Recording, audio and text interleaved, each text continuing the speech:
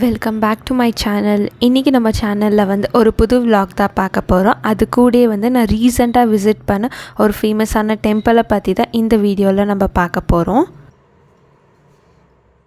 இன்றைக்கி காலையில் வந்து நான் கொஞ்சம் ஏர்லியாகவே ஏஞ்சிட்டேன். எப்போல்லாம் நம்ம வந்து தூங்கணும்னு நினைக்குவோமோ அப்போல்லாம் வந்து நம்ம கண்டிப்பாக சீக்கிரம் ஏஞ்சிடுவோம். அதே மாதிரி தான் நானும் லேட்டாக ஏஞ்சிக்கணும் தான் நினச்சிக்கினே பார்த்தேன். ஆனால் வந்து முழிப்பு வந்துச்சு. காலையில் கொஞ்சம் சீக்கிரமாகவே ஏஞ்சிட்டேன். கண்டிப்பாக நீங்கள்லாம் கூட இந்த மாதிரி எக்ஸ்பீரியன்ஸ் பண்ணியிருக்குவீங்க. அந்த மாதிரி சீக்கிரம் ஏஞ்சும் போது உங்கள் மைண்ட் செட் எப்படி இருக்கும், உங்களோட நாள் நீங்கள் எப்படி ஸ்டார்ட் பண்ணுவீங்கன்னு எனக்கு கமெண்ட் செக்ஷனில் சொல்லுங்கள். சரி, மார்னிங் வந்து கொஞ்சம் சீக்கிரம் ஏஞ்சிட்டனால வந்து வீட்டு முன்னாடி கொஞ்சம் நேரம் வாக்கிங் தான் பண்ணின்னு இருந்தேன். நான் மார்னிங் ஏஞ்சி டெய்லி வாக்கிங் போயிருந்தேன். மார்னிங் வாக்கிங் போகிறதுக்கு பிடிக்கும். ஏன்னா வந்து அந்த கிளைமேட், அந்த நேச்சர்லாம் காலையில் ரொம்ப நல்லாயிருக்கும். ஆனால் என்ன ஒரு ப்ராப்ளம்னா, ஒன்ஸ் நான் வாக்கிங் போக ஸ்டார்ட் பண்ணிவிட்டு நடுவில் எதனா பிரேக் எடுத்தேன், இல்லைன்னா எங்கன்னா ஊருக்கு போயிட்டேன், உடம்பு முடியல, அந்த மாதிரி வந்து நான் வாக்கிங் போகிறத தூங்க ஸ்டார்ட் பண்ணிட்டேன்னா திருப்பி நெக்ஸ்ட் வந்து வாக்கிங் போகிறது கண்டினியூவே பண்ண மாட்டேன். நான் ரொம்ப சோம்பேறி ஆகிடுவேன். திருப்பி நான் வாக்கிங்கே போக மாட்டேன். திருப்பி அந்த ரொட்டீன் கொண்டு வரதுக்கு கொஞ்சம் கஷ்டம்தான் எனக்கு. திருப்பி வாக்கிங் போகணுன்னு டிசைட் பண்ணியிருக்கிறேன். தெரில எப்போ திருப்பி ஸ்டார்ட் பண்ண போகிறேன்னு. ஆல்ரெடி வந்து வெயில் காலம் வந்து முடிஞ்சிருச்சு. இப்போ வந்து மழை காலமும் வந்து குளிர்காலம் தான் ஸ்டார்ட் ஆகிடுச்சு. இந்த டைமில் வந்து எப்படி தான் வாக்கிங் போக போகிறோன்னு தெரியல. எனக்கு மட்டும் இல்லை, நிறைய பேருக்கு அந்த ப்ராப்ளம் இருக்கும்னு நினைக்கிறேன். இதுக்கு ஆல்டர்னேட்டிவாக நான் ஈவினிங் போகலான்னு இருக்கிறேன். ஆஸ் யூஷுவல் காலையில் வந்து வீடை க்ளீன் பண்ண தான் ஸ்டார்ட் பண்ணிட்டேன், பெருக்க ஸ்டார்ட் பண்ணேன். எனக்கு ஐடியா வந்து இப்போ திவானை சேஞ்ச் பண்ணோன்னு தான் ஒரு ஐடியா இருக்குது. சேஞ்ச் பண்ணோன்னா கம்ப்ளீட் திவானை இல்லை, அதோட பிளேஸ் இந்த பக்கம் இருக்கிற திவானை வந்து ஆப்போசிட் டைரெக்ஷனில் அந்த பக்கம் வந்து டோர் ஓப்பன் பண்ணனே அங்கே போடுதா இல்லைனா வந்து பெட்ரூமில் போடுதா தான் ஒரு ஐடியா வச்சுன்னு இருக்கிறேன். இன்னும் கன்ஃபார்மாக எங்கே சேஞ்ச் பண்ணுதுன்னு தெரியல. மோஸ்ட் ஆஃப் த டைம் வந்து நான் லாஸ்ட் மினிட்ல தான் என்ன ட்ரெஸ் போடணும்னு அப்போ தான் எடுக்குவேன். ஆனால் எடுக்கும்போது பார்க்கும்போது அந்த ட்ரெஸ் வந்து ரொம்ப சுருங்கி கிடக்கும். இல்லைனா டாப் இருந்தால் பேண்ட் இருக்காது, பேண்ட் இருந்தால் டாப் இருக்காது. அந்த மாதிரி எல்லாம் மிஸ்பிளேஸ் ஆகிருக்கும். எப்போவுமே வந்து நான் கொஞ்சம் டைம் வந்து நீட்டாக ஐரன் பண்ணி வச்சிடுவேன். ஆனால் வந்து வேறு ட்ரெஸ் எடுக்கும்போது இந்த ட்ரெஸ் வந்து கலைச்சி விட்டுருவேன். அதனால வந்து ஐரன் எல்லாம் போயிடுவோம். திருப்பி உட்காந்து அந்த லாஸ்ட் மினிட்ல உட்காந்து ஐரன் போட்டுன்னு இருக்குவேன். இன்றைக்கும் அப்படி தான் ஆச்சு. இன்னைக்கு மார்னிங்க்கு பிரேக்ஃபாஸ்ட் வந்து நான் சேமியா பண்ணலாம் தான் ப்ரிப்ரேஷன் பண்ணின்னு இருந்தேன். ஏன்னா காலையில் கொஞ்சம் சீக்கிரம் எழுந்தனால வந்து ரொம்பவே டைம் இருந்தனால வந்து சேமியா பிழிஞ்சிட்டு வந்து அதுக்கு வந்து கூட குருமா தான் பண்ணலான்னு இருந்தேன். மோஸ்ட் வந்து தேங்காய் பால் பண்ணுவாங்க. எனக்கு வந்து தேங்காய் பால் எனக்கு அவ்வளோ தேங்காய் பால் பிடிக்காதனால வந்து நான் குருமா தான் ப்ரிப்பேர் பண்ண ஸ்டார்ட் பண்ணியிருந்தேன். வெங்காய தக்காளி எல்லாம் வாங்க வேண்டியதாக இருந்துச்சு. சரி, ஆன்லைனில் புக் பண்ணலான்னு பார்த்தா ஆன்லைனில் வந்து கொஞ்சம் எக்ஸ்ட்ரா சார்ஜஸ் எல்லாம் போடுவாங்க. சரி, நம்மளும் போய் வாங்கின்னு வரதுக்கு டைம் இல்லை, ஆன்லைனில் புக் பண்ணலான்னு தான் பார்த்தேன். நல்ல வேலை ரோட்டில் வந்து விற்றுன்னு வந்திருந்தாங்க. சரி, கீழே போயிட்டு இந்த வெங்காய தக்காளி அப்புறமா சின்ன வெங்காயம்லாம் இருந்துச்சு. சரி, கொஞ்சம் தான் வாங்கினேன். அப்புறமா வந்து மார்க்கெட்டுக்கு எங்கன்னா போனால் அப்போ திருப்பி வாங்கின்னு வரலான்னு கொஞ்சம் வாங்கிக்கினேன்.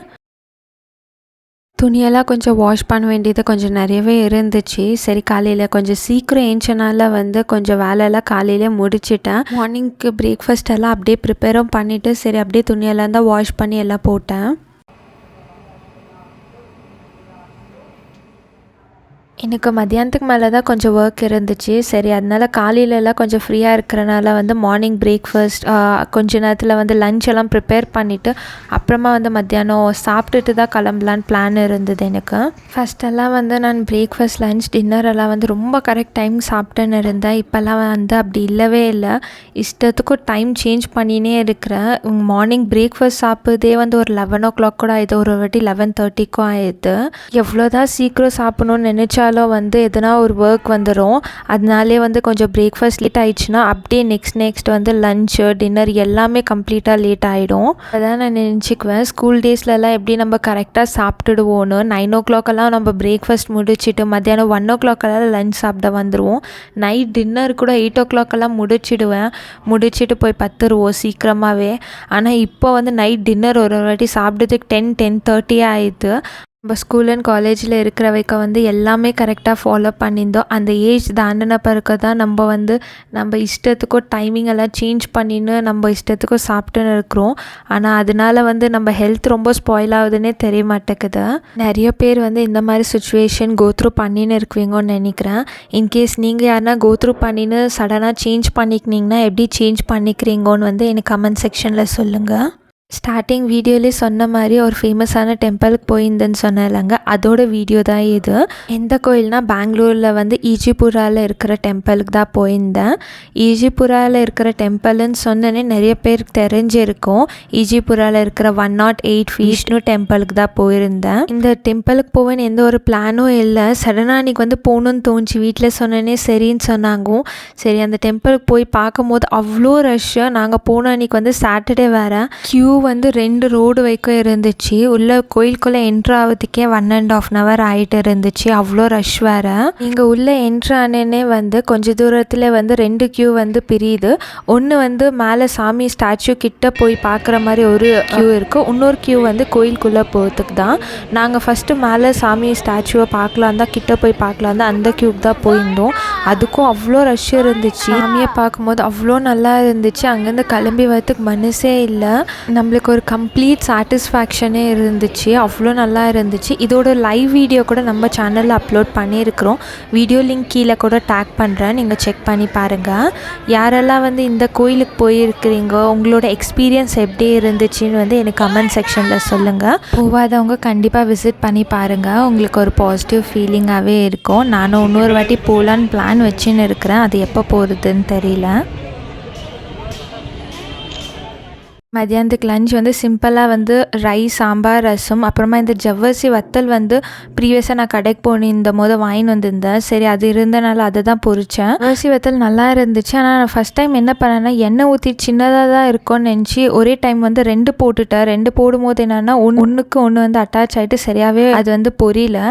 சரி அப்புறமா சிங்கிளாக போட்டு எடுக்கும் போது வந்து ரொம்ப பெருசாக அந்த கடாய் சைஸுக்கு வந்து பெருசாக வந்து இருந்துச்சு. மதியானம் லஞ்ச் எல்லாம் சாப்பிட்டுட்டு கொஞ்சம் ஒர்க் இருந்துச்சுன்னு சொன்னேன் இல்லைங்க, ஒர்க் பார்க்கறதுக்கு தான் வெளியில் கிளம்பியிருந்தேன். காலையில் கிளைமேட் வந்து கொஞ்சம் க்ளவுடியாக தான் இருந்துச்சு. ஆனால் மத்தியானத்துக்கு மேலே வந்து செம்ம வெயில். சரி மத்தியானத்துக்கு மேலே ஒர்க் இருந்தனால போயிட்டு எல்லா ஒர்க்கெல்லாம் முடிச்சுன்னு ஒரு ஈவினிங்காக வந்தோடனே வந்து கொஞ்சம் ஃப்ரெஷ்அப் எல்லாம் ஆகிட்டு வந்து போட்ட துணியெல்லாம் வந்து எடுத்து எல்லாம் மடித்து வச்சுருந்தேன்.